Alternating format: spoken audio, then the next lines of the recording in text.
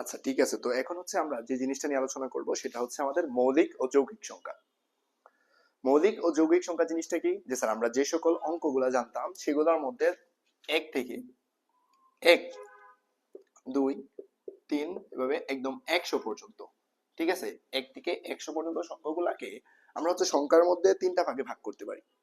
যে সংখ্যাকে প্রথমে কয়টা, তিনটা ভাগে ভাগ করতে পারি। একটা হচ্ছে আমাদের, ধরেন আমরা যদি সংখ্যাকে মূলত ভাগ করি সংখ্যা, তাহলে সেটাকে তিনটা ভাগ পাবো। একটা হচ্ছে মৌলিক সংখ্যা, ঠিক আছে, একটা হচ্ছে আমাদের কি যৌগিক সংখ্যা। আর এই যে এক যেটা থাকে, এক মনে রাখবেন, এক হচ্ছে মৌলিকও না যৌগিকও না। এককে আমরা কি বলবো, শুধু গণনার একক। এক কি গণনার একক, এক হচ্ছে আমাদের গণনার একক। তাহলে মনে রাখবেন, এক কিন্তু মৌলিকও না যৌগিকও না। ঠিক আছে, মৌলিক সংখ্যা কোনগুলা, স্যার যে সকল সংখ্যাকে ভাঙলে সেই সংখ্যা ছাড়া, মানে যে সকল সংখ্যাকে ওই সংখ্যা ছাড়া আর অন্য কোনো সংখ্যা দ্বারা ভাগ করা যায় না বা ভাঙা যায় না, তাকে বলবো আমরা মৌলিক সংখ্যা। আর যৌগিক সংখ্যা কি, অর্থাৎ মৌলিক সংখ্যার উৎপাদক হচ্ছে দুইটা। মনে করেন দুই, দেখেন দুই কে কি, দুই একে দুই, এছাড়া আর কোনো কিছুতে ভাগ করতে পারবেন, পারবেন না। মনে করেন তিন, তিন একে তিন, তিনকে কি আর কিছুতে ভাগ করতে পারেন, ধরেন 11, 11 কি এক ছাড়া আর কোনো কিছুতে ভাগ করতে পারবেন, ধরেন 17, সেম পারবেন, পারবেন না। তো দেখেন যে সংখ্যার উৎপাদক শুধুমাত্র দুইটা, সেই সকল সংখ্যাগুলোকে আমরা কি বলবো, মৌলিক সংখ্যা। আর যৌগিক সংখ্যা কোনগুলা স্যার, যে যৌগিক সংখ্যা হচ্ছে যার উৎপাদক দুই বা ততোধিক, দুইয়ের অধিক। এবং এই যে মৌলিক সংখ্যার ক্ষেত্রে উৎপাদক দুইটা, একটা হচ্ছে এক এবং একটা হচ্ছে ওই সংখ্যা নিচেই, ঠিক আছে। আর এক হচ্ছে গণনার একক, যৌগিক সংখ্যা মনে করেন 6 নিলাম, তাহলে 6 কিন্তু 3 গুণ 2 গুণ 1, 3 2 গুণ 6, 6 কে 6, ঠিক আছে। তাহলে এইটা কি মৌলিক না, তার মানে এটা যৌগিক। তাহলে আমরা মৌলিক সংখ্যা যৌগিক সংখ্যা জিনিসটা বুঝছি। আচ্ছা, তারপরে আমাদের যেটা জানতে হবে যে 1 থেকে 100 পর্যন্ত হচ্ছে মৌলিক সংখ্যা কতটি, 25টি। 1 থেকে 100 পর্যন্ত মৌলিক সংখ্যা কতটি, 1 থেকে 100 পর্যন্ত কতটি মৌলিক সংখ্যা, 25টি। 1 থেকে 10 পর্যন্ত কতটি, স্যার 4টি। কত, 2, 3, 5, 7। তারপরে 11 থেকে 20 পর্যন্ত কতটি, 4টি। কত কত, 11, 13, 17, 19, ঠিক আছে। তারপরে 21 থেকে 30 পর্যন্ত কতটি, 2টি। কত কত, 23, আর এটা কত, 23 এবং 29। দেখেন আর অন্য অন্য সংখ্যাগুলো যেগুলো আছে এগুলো কিন্তু ভাঙা যায়, ঠিক আছে, 23 এবং 29 কে ভাঙা যায় না। 31 থেকে যদি 40 পর্যন্ত বলি তাহলে কতটি, 2টি। কত কত, 43, 47। এগুলা কি ভাঙতে পারবে, পারবে না। তার মানে এগুলো হচ্ছে কি সংখ্যা, মৌলিক সংখ্যা। এখন একটা জিনিস লক্ষ্য করেন, 41 থেকে 50 যদি বলতাম তাহলে কতটি মৌলিক সংখ্যা, 3টি। 41, 43, 47, ঠিক আছে। তাহলে 1 থেকে 100 পর্যন্ত মৌলিক সংখ্যা, 1 থেকে 50 পর্যন্ত কতটি, 4 4 8 8 8 8 8 2 10, 10 আর 5 কত, 15। তাহলে 1 থেকে 50 পর্যন্ত কতটি, 15টি, ঠিক আছে। এবং মনে রাখবেন, আমি ওইটা দেই না আমার ক্লাসে, হচ্ছে আমার এতে দেখবেন মৌলিক সংখ্যার উপর আলাদা একটা ক্লাস দেয়া আছে। তো ওইটা পুরো ক্লাসিফিকেশনটা দেই না, আপনি ওই ক্লাসটা দেখে নিন, ঠিক আছে। অথবা দেখেন আমি যেটা বলতেছি, যে 1 থেকে 100 পর্যন্ত মৌলিক সংখ্যা 15টি, এবং 90 থেকে 100 এর মধ্যে একমাত্র মৌলিক সংখ্যা হচ্ছে 97। একমাত্র মৌলিক সংখ্যা তো 97। তাহলে আমরা যদি বলি 1 থেকে 100 এর মধ্যে সবচেয়ে বড় মৌলিক সংখ্যা 97, সবচেয়ে ছোট এবং একমাত্র জোড় মৌলিক সংখ্যা হচ্ছে 2, আর যত মৌলিক সংখ্যা আছে সব হচ্ছে কি বেজোড়। তো আশা করি আপনারা বুঝতে পারছেন, ঠিক আছে। তো তার পরবর্তী টপিকে যাই আমরা। দেখেন পরবর্তীতে হচ্ছে গুণনীয়ক লিখলাম, এগুলো দেখাই দিলাম। আচ্ছা, এখন আসেন সহমৌলিক সংখ্যা জিনিসটা কি। সহমৌলিক হচ্ছে ধরেন এমন দুটো সংখ্যা যার মধ্যে এক ব্যতীত অন্য কোনো উৎপাদক নাই। ধরেন মনে করেন 8, 8কে যদি আমরা ভাঙি কত, 8 একে 8, ঠিক আছে। পরে 8 একে 8 পাচ্ছি, 4 2 8 পাচ্ছি, ঠিক আছে। আর কোন ভাবে 8 পাই না, তাহলে 8 এর উৎপাদক কত কত, ধরেন এটাকে এইভাবে লিখতে পারি, 2 গুণ 2 গুণ 2, ঠিক আছে। 2 2 4, 4 2 8। আর এটা সংখ্যা লিখলাম ধরেন 15, 15 লিখলাম 5 গুণ 3, 3 পাশে 15, আর এটা কি থাকে 1।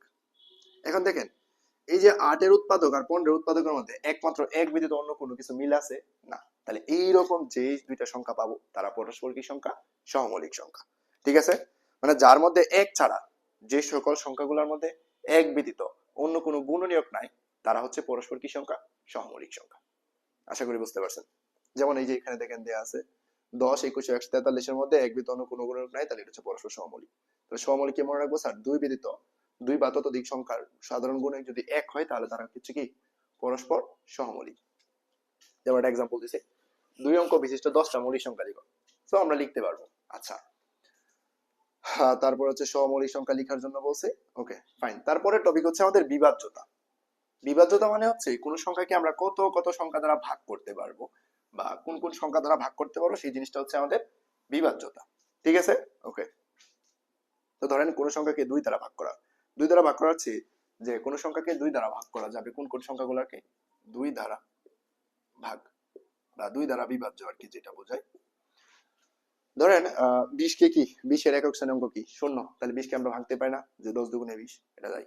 ধরেন 2 কে 20, 2 দুগুণে 4 এটা 20। তার মানে দেখেন আমরা যদি ভাগ করি, মনে করেন 20, 20 কে আমরা কি লিখতে পারি 10 গুণ 2, 10 কে কি লিখতে পারি 5 গুণ 2 গুণ 2, তার মানে এটা 2 দ্বারা ভাগ করা যাচ্ছে। আবার মনে করেন 24 লিখলাম, 24 কে আমরা কত লিখতে পারি স্যার 12 দুগুণে 24, 12 লিখে যায় কত 6 গুণ 2 গুণ 2, আবার 6 কে লিখে যায় কত 3 গুণ 2 গুণ 2 গুণ 2, 6 দুগুণে 3 দুগুণে 6, 6 দুগুণে 12, 12 দুগুণে কত 24। তার মানে আমরা একটা জিনিস লক্ষ্য করতেছি যে যে সকল সংখ্যার একক স্থানাঙ্ক 0 অথবা 4, অথবা 0 অথবা 4, মানে যে সকল সংখ্যার কোনো সংখ্যার একক স্থানাঙ্কটি 0 অথবা জোড় সংখ্যা হলে প্রদত্ত সংখ্যাটি 2 দ্বারা ভাগ করা হয়। তাহলে স্যার 2 দ্বারা ভাগ করা যাবে যে সংখ্যা, কিভাবে বুঝবো? যে ওইটার একক স্থানাঙ্ক যদি 0 হয় অথবা যে কোনো জোড় সংখ্যা হয়। ফর এক্সাম্পল আমি লিখলাম মনে করেন 42, তাহলে এটা কি জোড় সংখ্যা এবং এটা কি 2 দ্বারা ভাগ করা যাবে, তার মানে এই সংখ্যাটা কি 2 দ্বারা বিভাজ্য। তাহলে আমরা যে কোনো সংখ্যা কিভাবে বুঝবো স্যার এটা 2 দ্বারা বিভাজ্য হবে কি হবে না, সেটা হচ্ছে আমাদের যে কি কোন সংখ্যার একক স্থানে অঙ্কটি যদি 0 অথবা জোড় হয় তাহলে প্রদত্ত সংখ্যাটি কি হবে 2 দ্বারা বিভাজ্য। আচ্ছা, পরেরটা হচ্ছে ধরেন 4 দ্বারা বিভাজ্য। এটা কি 4 দ্বারা বিভাজ্য। তাহলে 4 দ্বারা বিভাজ্য আমরা কি মনে রাখবো, যে এটা জাস্ট এখান থেকে দেখেন লিখছে 35 12, যে সংখ্যাটি যদি আমরা ভাগ করি 3500, 510, 10 আর 2, তাহলে আমরা যদি ভাগ করি এখানে এককের গড় 2, দশকের গড় 10, শতকের গড় হচ্ছে 500 এবং হাজারের গড় কত 3000। তো 12 4 দ্বারা দেখেন 12 কি 4 দ্বারা ভাগ করা যায় না, যায়। তার মানে 3500 সংখ্যাটি কি 4 দ্বারা বিভাজ্য। অর্থাৎ একক ও দশক স্থানীয় অঙ্ক দুইটা যদি 4 দ্বারা বিভাজ্য হয় তাহলে সংখ্যাটি 4 দ্বারা বিভাজ্য। ঠিক আছে, বুঝছেন? যে কোন সংখ্যার একক এবং দশক অঙ্কটা যদি 4 দ্বারা বিভাজ্য হয় তাহলে সংখ্যাটা কি 4 দ্বারা বিভাজ্য। আচ্ছা, এটা গেল। পরে আছে 5 দ্বারা বিভাজ্য। যেমন মনে করেন 5 দ্বারা বিভাজ্য। ফর এক্সাম্পল আমি লিখলাম 25, লিখলাম 25, তাহলে 25 এ কি লিখতে পারি স্যার 5 25 এ 5 5 25, তার মানে কি 5 দ্বারা বিভাজ্য। ধরেন লিখলাম 30, তাহলে কি স্যার 5 গুণ 6 5 6 30। মানে বড় একটা সংখ্যা লিখলাম কত লেখা যায় ধরেন 125, তাহলে এটা কত 5 গুণ 25। তার মানে কি স্যার যে সকল সংখ্যার একক স্থানীয় অঙ্ক 0 অথবা 5 তারা হচ্ছে 5 দ্বারা বিভাজ্য। তাহলে 5 দ্বারা বিভাজ্য কোনগুলা, কোন সংখ্যার একক স্থানীয় অঙ্ক যদি 0 অথবা 5 হয়, কোন সংখ্যার একক স্থানীয় অঙ্ক যদি 0 অথবা 5 হয় তাহলে সংখ্যাটি কি 5 দ্বারা বিভাজ্য। বুঝতে পারছেন কি বলছি? ওকে। পরে হচ্ছে 3 দ্বারা বিভাজ্য কিনা। স্যার 3 দ্বারা বিভাজ্য হচ্ছে কোন সংখ্যার অঙ্কগুলোর যোগফল যদি 3 দ্বারা বিভাজ্য হয় তাহলে ওই সংখ্যাটা কি 3 দ্বারা বিভাজ্য। যে 3 দ্বারা বিভাজ্য আমরা কেমনে চিনবো, ধরেন আমি লিখলাম 3 দ্বারা বিভাজ্য। ফর এক্সাম্পল একটা সংখ্যা লিখলাম 148, এইটার তিনটার যোগফল 1 যোগ 4 যোগ 8, এই তিনটা যদি 3 দ্বারা ভাগ হয় 4 1 5, 8 5 কত 8 5 13, 8 5 কত 13। তার মানে 13 কি 3 দ্বারা ভাগ করা যাবে, যাবে না। তার মানে এইটা কি না 3 দ্বারা বিভাজ্য না। মনে করেন আমি যদি লিখতাম যে 1 4 7 147, তাহলে 1 যোগ 7 যোগ কত 4, 8 8 4 কত 12, এই যে লিখলাম 12 12 3 দ্বারা ভাগ করলে কত 4, তার মানে এটা কি 3 দ্বারা বিভাজ্য। সো আমরা একটা সংখ্যা কিভাবে বুঝবো 3 দ্বারা বিভাজ্য নাকি বিভাজ্য না, সেটা হচ্ছে কোন সংখ্যার অঙ্কগুলোর যোগফল যদি 3 দ্বারা বিভাজ্য হয় তাহলে সেই সংখ্যাটা কি হবে 3 দ্বারা বিভাজ্য হবে। তারপর হচ্ছে 6 দ্বারা বিভাজ্য, এটি খুব সহজ। 6 দ্বারা হচ্ছে কোন সংখ্যা 2 ও 3 দ্বারা ভাগ করা হলে সেটা হচ্ছে 6 দ্বারা বিভাজ্য। 9 দ্বারা মানে হচ্ছে কোন সংখ্যা যদি 3 দ্বারা কোন সংখ্যাগুলোর যোগফল যদি 9 দ্বারা বিভাজ্য তাহলে সেটা হচ্ছে আমাদের কি হবে, মানে সংখ্যাগুলোর যোগফল যদি 9 দ্বারা ভাগ করা যায় তাহলে ওই সংখ্যাটা হচ্ছে 9 দ্বারা বিভাজ্য।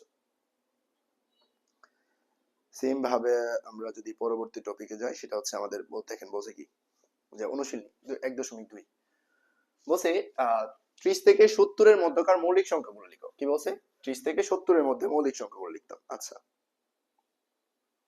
দেখেন 1.2 আসছি আমরা,